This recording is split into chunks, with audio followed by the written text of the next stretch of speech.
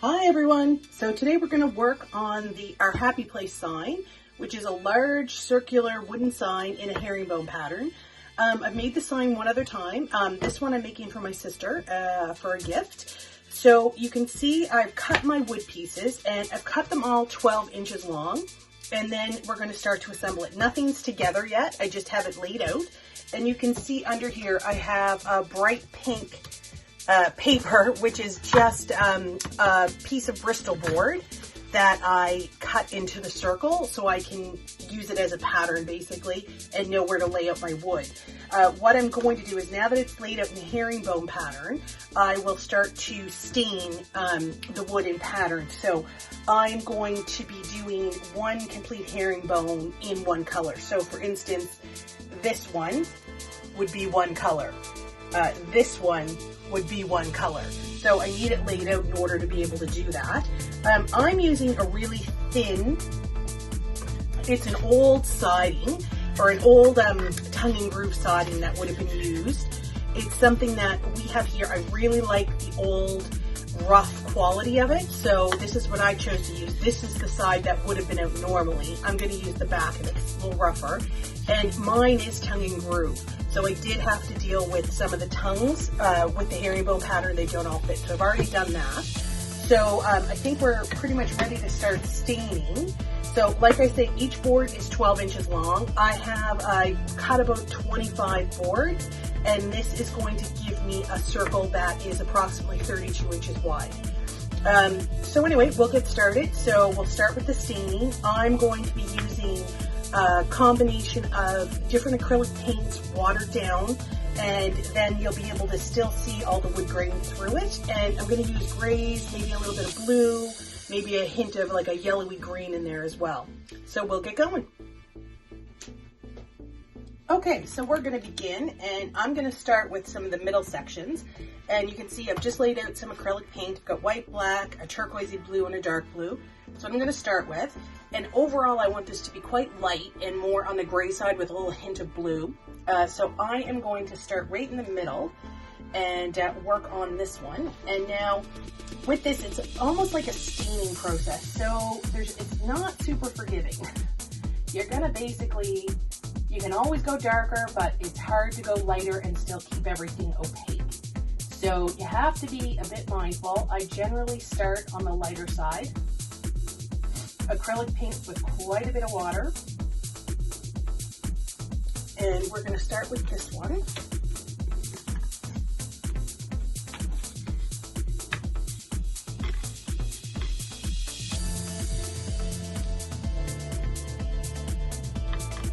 You see this is really gray. And I'm just going to keep watering it down. Now I'm using really rough wood, so that is also going to take the color a little differently, so it's going to really absorb in certain spots. So I really just want to keep everything super watered down and keep things moving.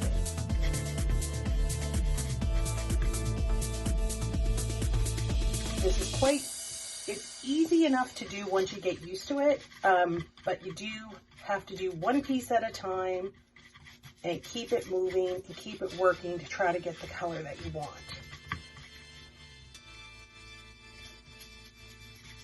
And I still want a lot of the character of the wood to come through. This is by no means supposed to be a full transparent paint. I mean, opaque paint, sorry. Okay, so I think I'm all right with that one. Now we'll go with the next little piece that's attached to this. And again, lots of water with this. I have to use even more water because I am using the rough side of the wood. If you were using perfectly smooth wood, this would be a much simpler process. But I really like the character, and it's by no means super difficult to do. Okay, use that one. And now I'm just going to follow the herringbone pattern.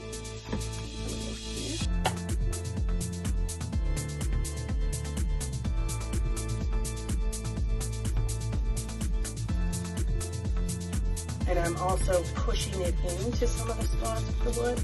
It's not like a really precise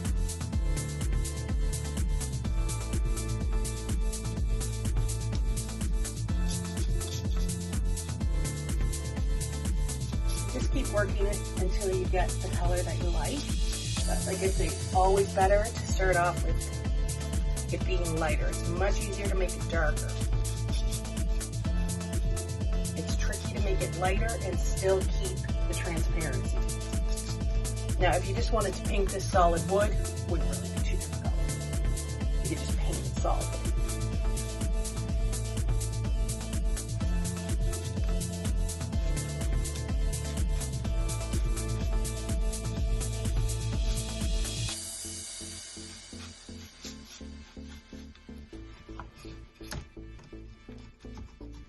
Okay, and now this one. You do kind of have to keep them laid out in their herringbone pattern to make sure you're following all the lines.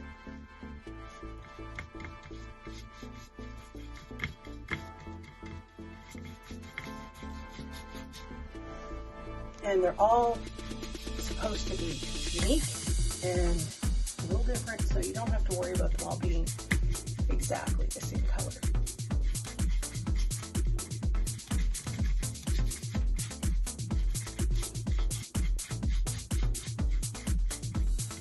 I like the variance in the colors a little bit. Okay, and last one on this frame. Lots of water.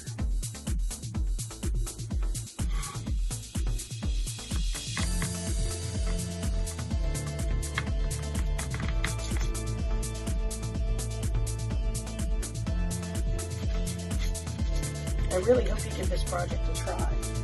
It's not super complicated and the results are really nice. And you could do basically any words that you wanted. This is the sign that was inspired by, there's a local company where I live. I live in Nova Scotia, which is on the east coast of Canada. And there's a local company called Tall Pine Signs. And she makes these signs, and I saw her do a version of this and I thought it was beautiful. And I thought I should give it a try. So I made one for us, and it lives at our cottage, which is truly our happy place.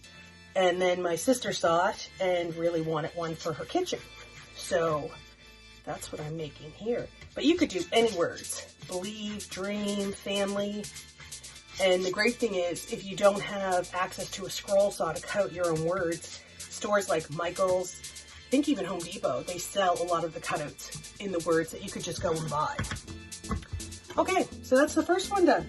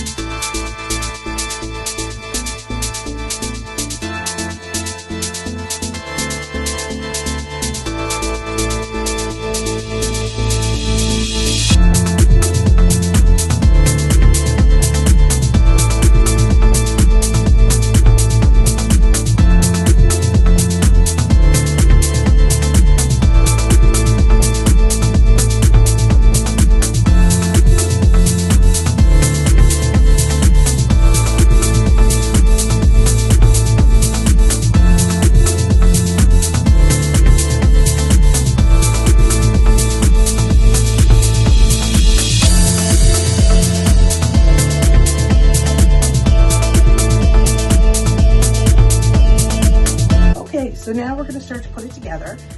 What I decided to do, because this wood is so thin, is I'm going to glue it down to a piece of MDF to help stabilize it.